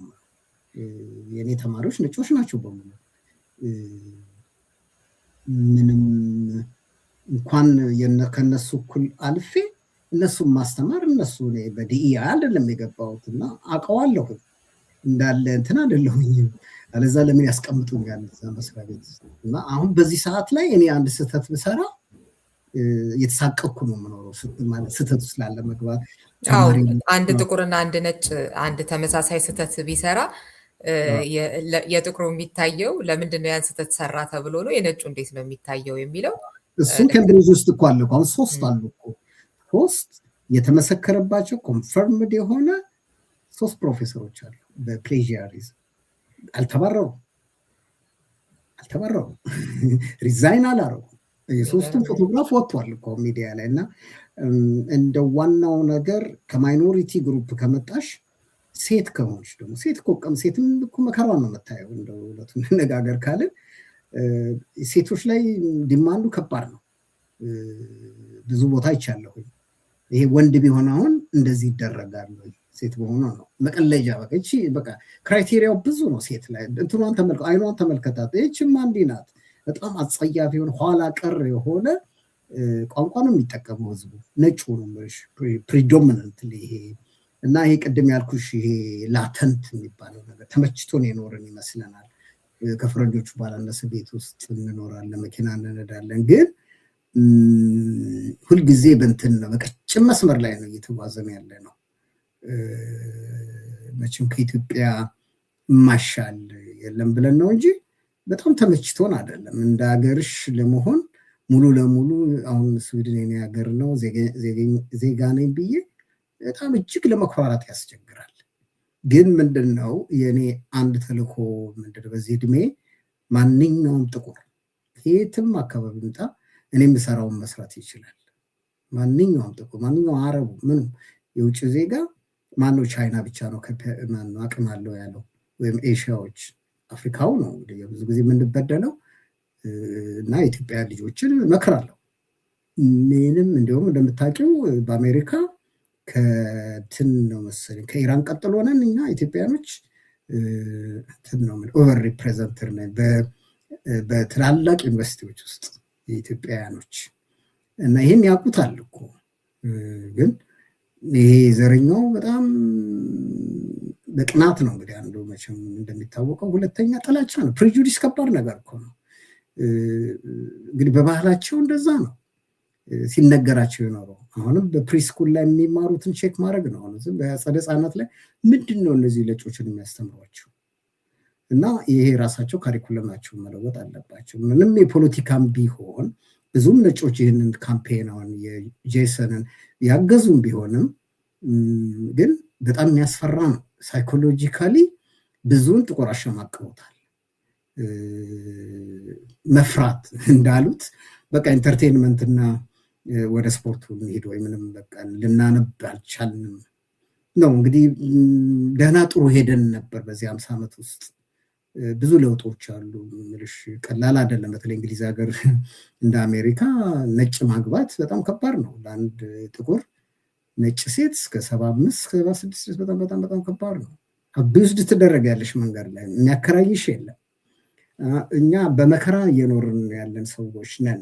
እኔ ላይ ግን አልደረሰም እስካሁን። ግን ከዛ የተሻለ ደግሞ አኗኗር እፈልጋለሁ ለመጪው ጄኔሬሽን፣ በተለይ ለኢትዮጵያውያኖቹ። መቼም ብዙ ጊዜ የሚመለከተኝ እነሱን ስለሆነ እኛ መበረታታት አለብን። ታሪካችንን ተመልከቱ ብዬ ሳስረዳቸው የኢትዮጵያ ተወልደው ያደጉ በጣም ይገርማቸዋል። ያላስቡት ምንድነው አንተ ዶክተር መሆን ማትችልበት ምክንያት የለም። አሁን እኛ ጋር ከእንትን አለ ስቶክሆልም 2 ልጆች አሉ የኔ ጓደኞች፣ ዶክተር ሊየው እና ዶክተር ትግስት የልብ ሰርጀን ናቸው። በጣም በጣም የታወቀ በዓለም ስንተኛ ነው ካሮሊንስካ ኢንስቲትዩት ይባላል። እዛ ውስጥ ንጉሱን ልብ ችግር ቢያጋጥመው ቀድሞ የሚያክሙ ናቸው ችሎታቸው። እና ይሄ ልብ ሐኪም ነው ይሄን ያህል ተምሯል ነው ብለሽ ለሌላው ሀበሻ ስታሳዩ ይነቃቃል።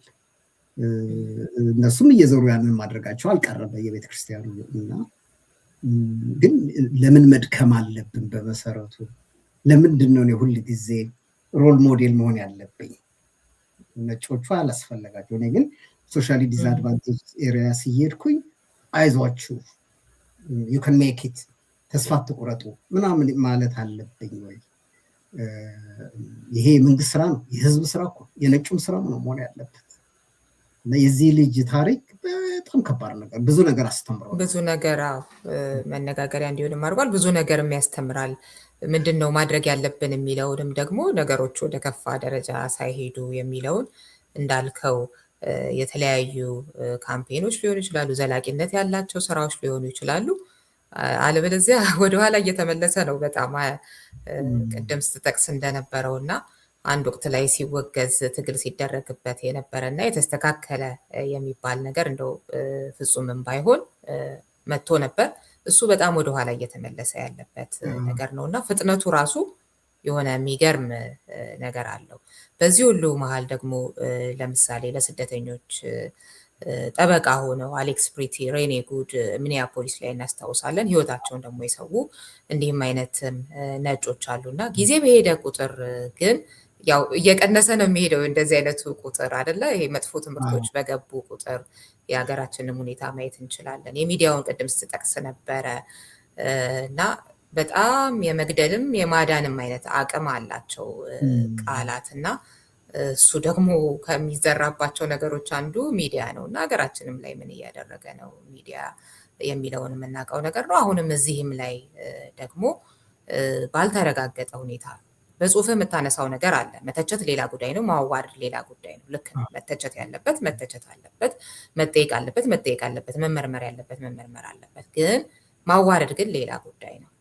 ባልተረጋገጠ ነገር ደግሞ ነው ብሎ መደምደም ሌላ ጉዳይ ነው እና ያው የሀገራችን የሚዲያ ሰዎች ላይ የምናያቸውን ነገሮች ደግሞ በሚያሳዝን ሁኔታ እዚህ ሰለጠነ በሚባለው ሀገር ላይ ደግሞ ያሉ ለረጅም ጊዜ ልምድም አላቸው የምትላቸው አንዳንዶቹም ላይ የምታየው አይነት ነገር አለና አንዳንዴ እንዴት ነው ቶሎ የሚበላሸው? ወይም ደግሞ ቅድም እንዳልከው ተደብቆ ይኖርና የሚወጣም ደግሞ ሲስተሙ ሲመቸው አይነትም ዘረኝነት አለ ወይ ሳይመቸው ወይ ሳይመቸው አሜሪካ እንትናን ባራክ ኦባማን መምረጥ ያው ትልቅ ነገር ነበር በወቅቱ። ሁላችንም ደስ ብሎ ጥቁሩ በጣም ነው የተነፈሰው። በእርግጥ ይህን ያላደረገ የምለው ነገር የለም ባራክ ኦባማ በኔ ግንዛቤ ግን፣ ምክንያቱም እንትኑ መለወጣት ተቸገረ። ሴናት ምንድን ነው የጠቅላላ መዋቅሩ ኢንፍራስትራክቸሩ ከባድ ነው። አንድ ግለሰብ አንድ መሪ በጣም ደግሞ ዲሴንት ስለሆነ አግሬሲቭም ስላልሆነ እንጃ ብዙ የጤና እንትን አለው። ምንድነው የምትሉት እናንተ? በጤና ላይ ቀረጸው ጥሩ ነበረ። እስካሁንም ብዙ ድሆች የሚያደንቁት ነው። ጥሩ ጥሩ ስራዎች ሰርተዋል፣ ግን ይገለብጡታል። የአሜሪካን ነገር ደግሞ አዲስ መሪ ሲመጣ ወይም ደግሞ በዚህ የሴናተር እና የሪፕሬዘንታቲቮቹ ባላንስ አሁን እንግዲህ ኖቨምበር ላይ ለውጥ ይኖራል አይደለ? የዛን ጊዜ ደግሞ እና ለፖለቲካው መሰረታዊ የሆኑ የሶሻል መብት ጉዳይ ለምን በፖለቲካ ስር እንደሚሆኑ ሊገባኝ አልችልም። ማለት የእንትን መስል የህፃን ጥያቄ መስለው ሁሌ ግራ የሚገባ ሁሉ ሰው ትምህርት ማግኘት ሁሉ ሰው ጤና ማግኘት እንዳለበት ለምን መወያያ ይሆናል? በዜግነት በፖለቲካ የማትደራደሪው መብቶች መኖር አለባቸው። ቤት ሁሉ ሰው ሊኖረው ይገባል። ትምህርት ሊያገኝ፣ መጠለያው እንዳልኩት እና ምግብ እና እኔ ለመጀመሪያ ጊዜ በጣም ነው በአሜሪካ ያዘንኩት። ሳን ፍራንሲስኮ በነበርኩበት ጊዜ ብዙ እንትኖችን አየሁኝ። ሆምለስ ቤት የሌላቸው መንገድ ላይ የሚንከራተቱ እኔ ኢትዮጵያ አይቻለሁኝ፣ ግን እንደዛ ላየሁኝ። መሀል እኮ ነው መሀል ሳን ፍራንሲስኮ ከተማ ላይ ጥቁሮች ናቸው 99 ከመቶ እና ሆምለስም አይመስሉ የአእምሮ በሽተኛ ናቸው። አካሄዳቸው ፍዝዝ ብሎ ደነዘዙ ናቸው እና እንዴት ያንን የሚያክል መንግስት እነዚህ ሰዎች መንከባከብ እንደማልችል አይገባኝም። ያ ሁሉ ሀብት እያለ እና ዓለም ብዙ ይቀራታል። እኔም በቀደምታ አንድ የጻፍኩት ነገር አለ። ገና ደግሞ አንድ ጥናት ከአንዲት ፕሮፌሰር ጋር ለምንድን ነው አክቲቪዝም የቀነሰው ነው። በደንብ አስተውለን እንደሆነ አክቲቪዝም እኮ እንደ ድሮ አይደለም እኮ። በሰባዎቹ አክቲቪዝም በጣም አሪፍ ነበር። 80ዎቹ አክቲቪዝም ሰው ዝም ብሎ ደንዝዟል። ይሄ በኢትዮጵያ ብቻ ምናምን ዓለም ላይ ሁሉ አሜሪካ አንዳንድ ምልክቶች አሉ ጥሩ፣ አንዳንድ በተለይ ጨዋል። ግን አሜሪካ ውስጥ ካለው በደል ከችግሩ አኳያ እኔ ብድግ የሚል መስሎኝ ነበር ህዝቡ እንዳለ በስርዓቱ ላይ ማለት ነው። ግን እንደምታየው ምን እንደሆነ አላውቅም። አክቲቪዝም ምንድን ነው? ለምንድን ነው ተመችቶናል ወይስ በጣም ስላልተመቸ ደነዘዝን? በቃ ሁልጊዜ የምንሰማው ችግር ነው ሲደጋገምብሽ በቃ ስርስር የሚያደርገን ነገር አለ መሰለኝ። ወደፊት እመጣበታለሁ ወረቀቱ ሲወጣ። አክቲቪዝም ምንድን ነው? ወጥቶ መጮህ ብቻ አይደለም፣ ብዙ ነገሮች አሉ አክቲቪዝም አይደለ? ግራስሩት ሌቭል መብቶችን፣ የሴቶች መብት ብዙ ከማንቃት ጀምሮ የሚሰሩ ማለት ብዙ ነገሮች አሉ። ሰው አሁን ስዊድን ውስጥ የሚያሳዝን ነገር አለ፣ በኢትዮጵያ ውስጥ የማታወሪው ነገር አለ። ግን ከ2013 ጀምሮ በሆሞሴክሹዋል ላይ አታክ በስቷል እዚህ ሀገር ውስጥ። 2013 እንትን ብድግ ብሏል ወደ ላይ በቃ እና ይሄ እንግዲህ ናሲስቶች አንዱ እንትን ነው እየተጠናከረ መምጣት ነው።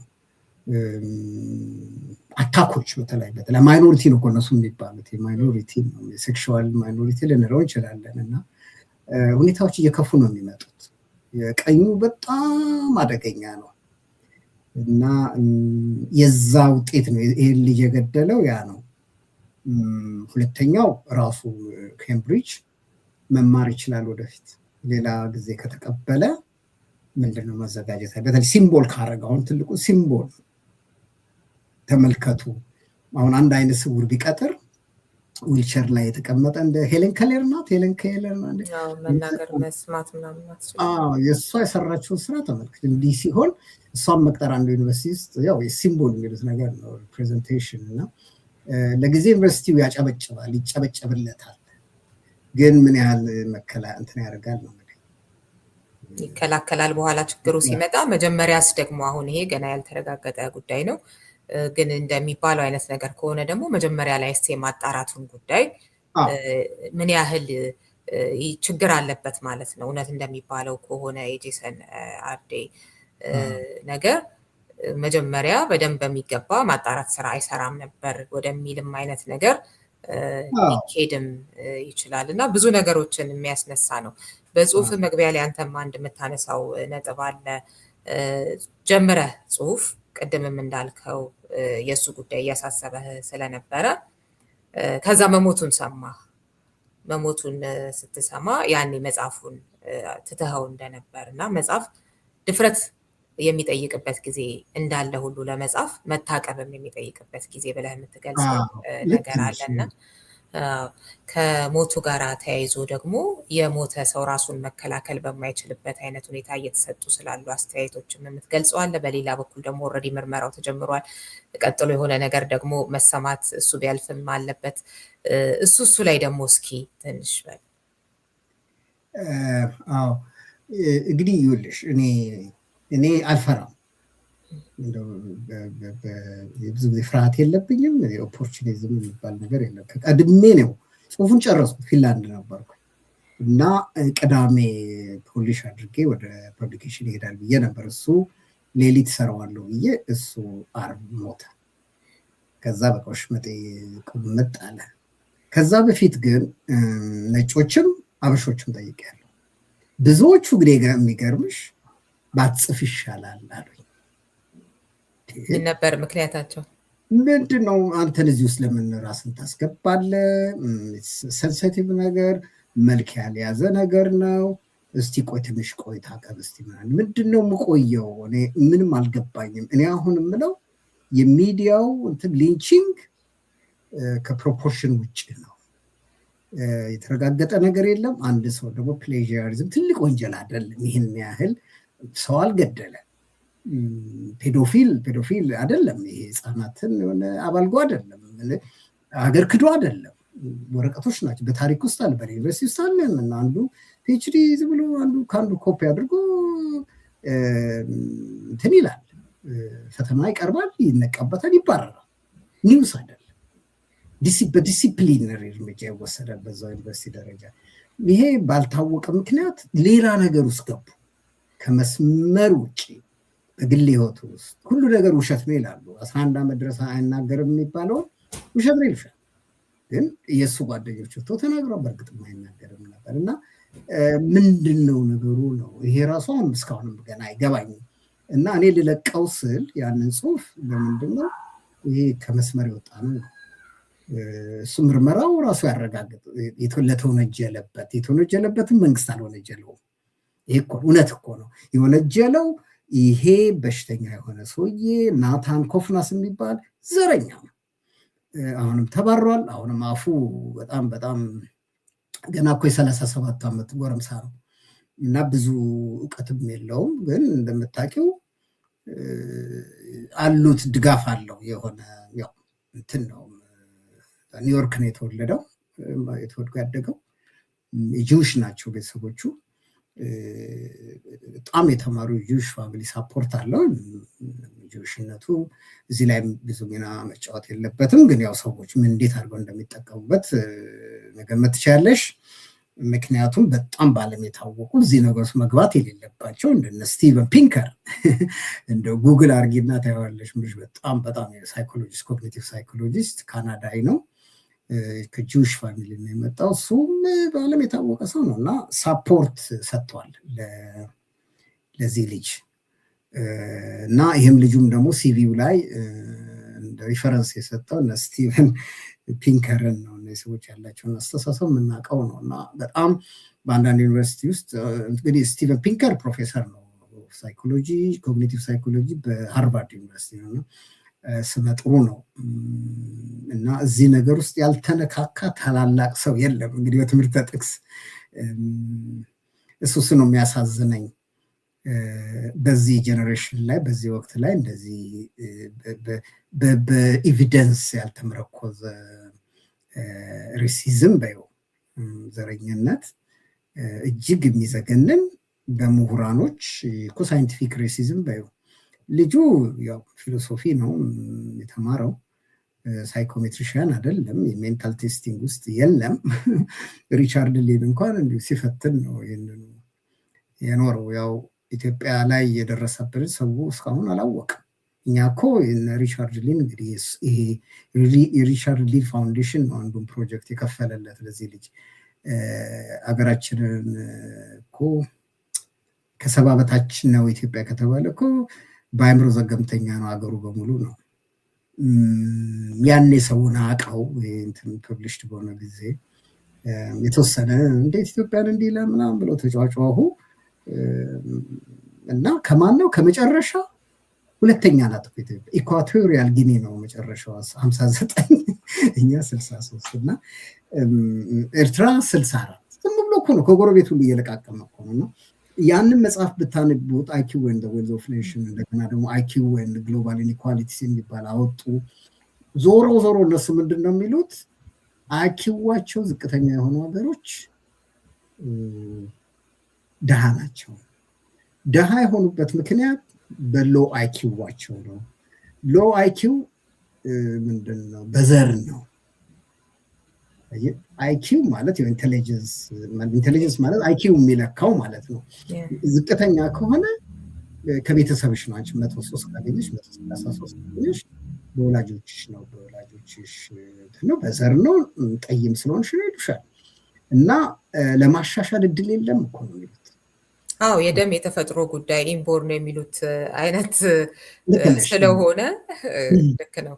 ምንም ምክንያቱም የሆነ በአካባቢ ነው ምናምን ቢባል የተመቻቸ እድል ሲኖርህ የተመቻቸ እድል ጉዳይ ነው ምናምን። ይሄ ግን እኩል አይደለም ነው በቃ በተፈጥሮ ሰውና በጣም አናዳጅ ነገር አለው።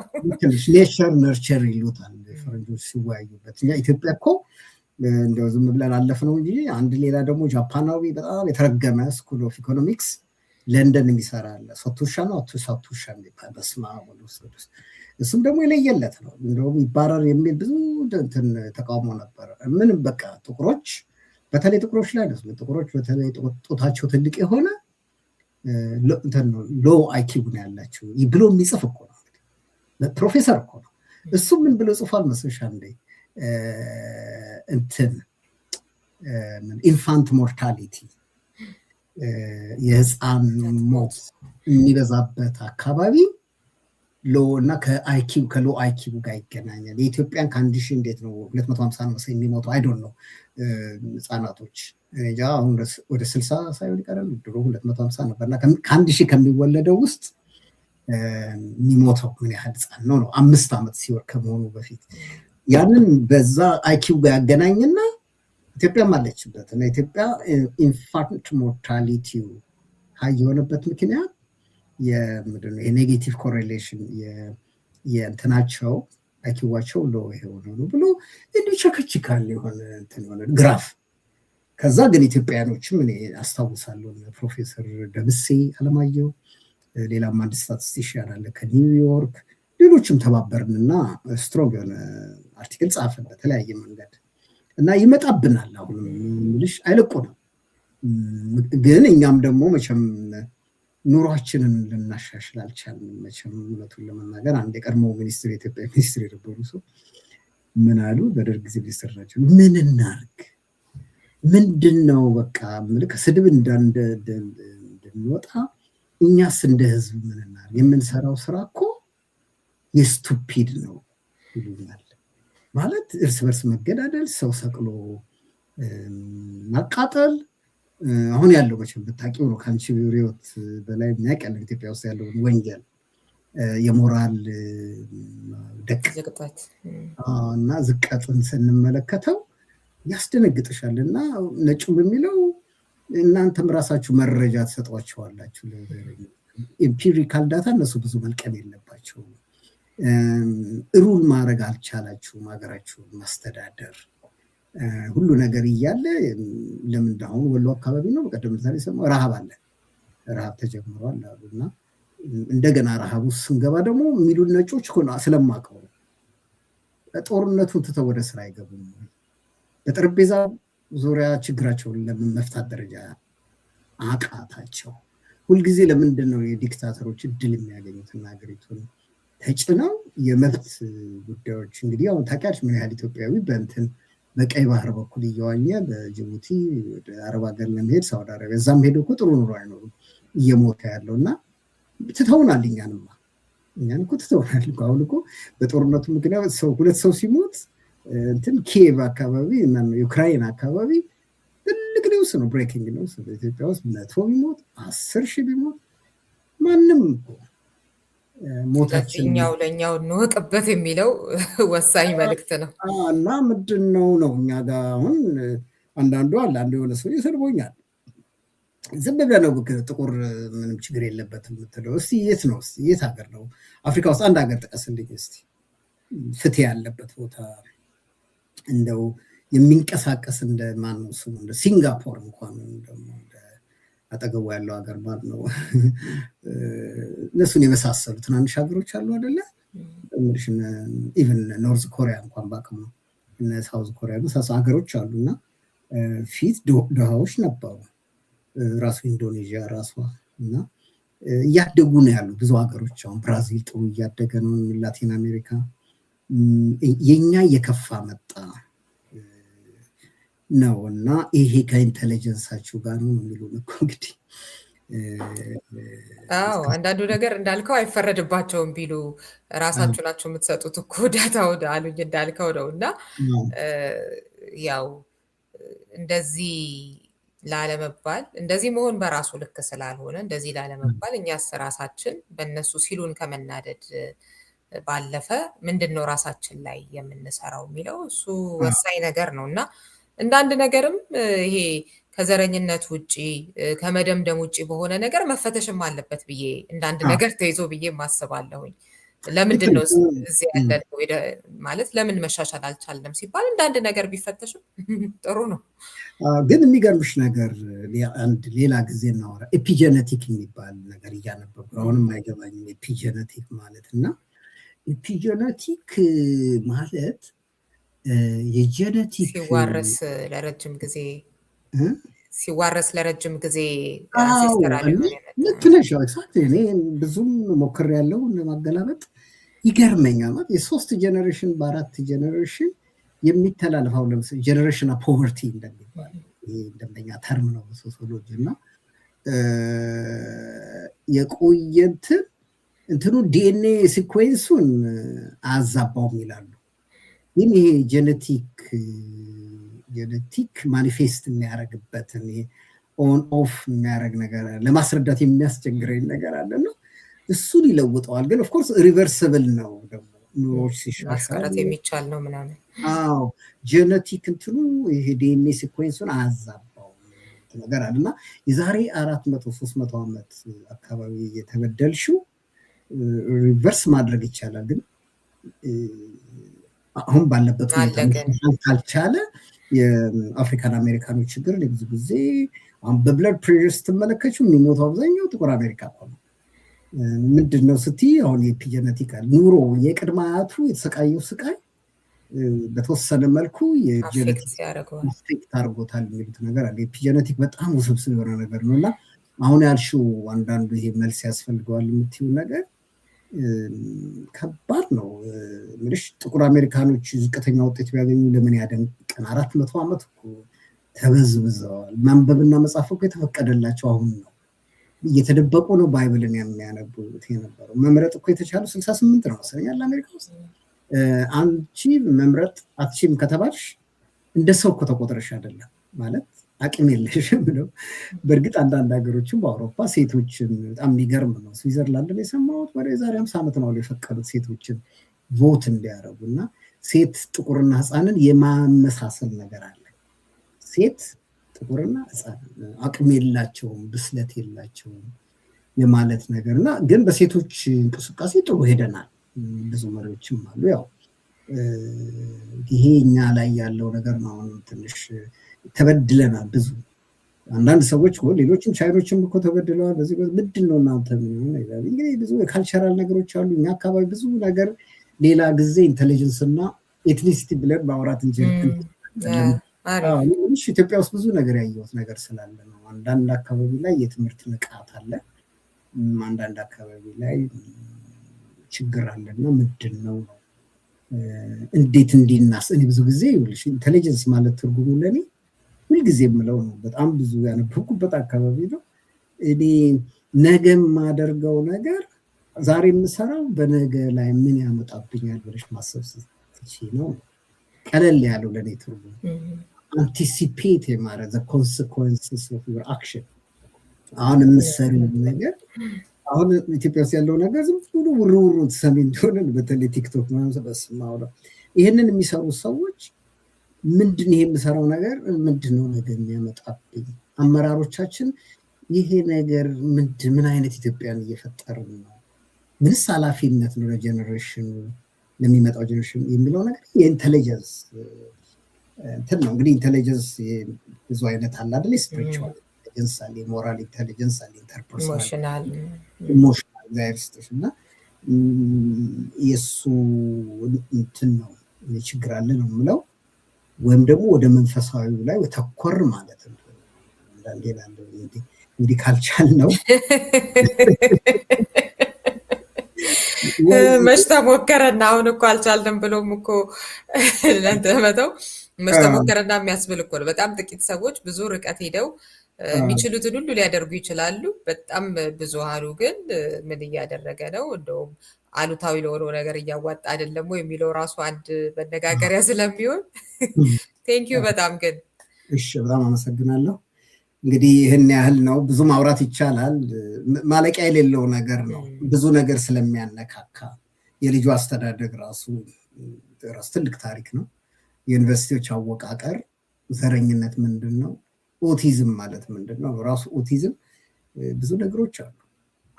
አንድ ነገር ብቻ 30 ሰከንድ 10 ሰከንድ ካለ ይቻላል። መጨመር የምትፈልገው ነገር ካለ ይቻላል። ኦቲዝም አንድ ኢንትረስቲንግ ነገር አሁን አንድ ሪሰርቸርን ኮንታክት አድርጌያለሁ። እሷ የምትለኝ ምንድን ነው አንዳንድ ጊዜ አለች ኦቲስቲክ የሆኑ ሰዎች ገና ጥናቱን በእጅ አልያዝኩትም፣ ደፍሬ መናገር በፌስቡክ ላይ ያለ ንግግር ነው። የዛሬ 3-4 ዓመት ያነበቡትን ኦቶማቲካሊ ያስታውሱታል። ልክ በቃ እንደ ፎቶኮፒ እና የሆነ ነገር በሚጽፉበት ጊዜ ከየት እንዳገኙት አያውቁም። ጭንቅላታቸው ውስጥ ግን አለ። የራሳቸው ሊመስላቸው ይችላል። የራሳቸው የሚመስላቸው አለ። ይሄ ሊሆን ይችላል ብላ በጣም ሲምፓቲክ ናት።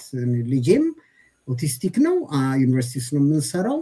የዩኒቨርሲቲ ውስጥ አሁን ለነ ኦቲስቲኮች ይህንን እርዳታ መስጠት ጀምረናል እና ኤግዛክትሊ እንትኑን ማየት አሁን ይጽፋሉ አይደለም እንግዲህ እርዳታ ማለት ይሄ እኮ ነው። ይሄ ኢኩዊቲ ማለት እነዚህ ችግር ያለባቸውን ጽሁፍ ሲጽፉ አንድ የሆነ ቴክኒሽያን እንትኑን ያንን የጻፉትን በኮምፒውተር አለ ሶፍትዌር አለ እኮ እስቲ ምናልባት ይህን ነገር እኮ ከሌላ ቦታ የሆነ ያመጣኸው ምናምን ተብሎ እንትን ሊል ይችላል። ቬሪ ኢንትረስቲንግ ነው። ሌላ ጊዜ ስንገናኝ መርምሬ እንትንልሻለሁ። በጣም ጭንቅላት በጣም ከባድ ነገር ነው እና መልካም ቀን ይሆንልሽ። ለእኔ ምሽት ነው 11 o'clock አንተ ጋር መሽቷል።